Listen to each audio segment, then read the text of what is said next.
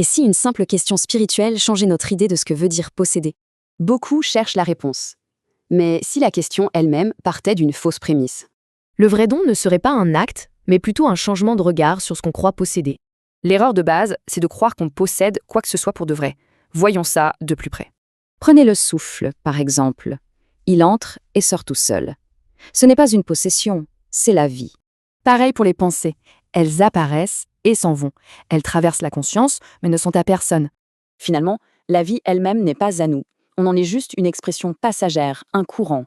Même notre moi, notre identité, c'est juste un paquet de choses qu'on ne possède pas vraiment. Donc tout donner, ce n'est pas se défaire de ses biens.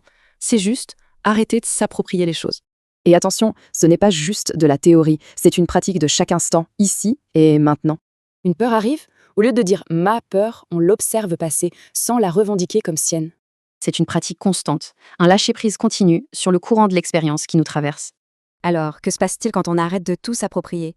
Eh bien, quelque chose de naturel se déploie.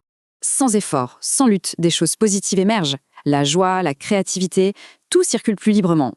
Des qualités comme la bonté ou la patience commencent à s'exprimer toutes seules, comme une floraison.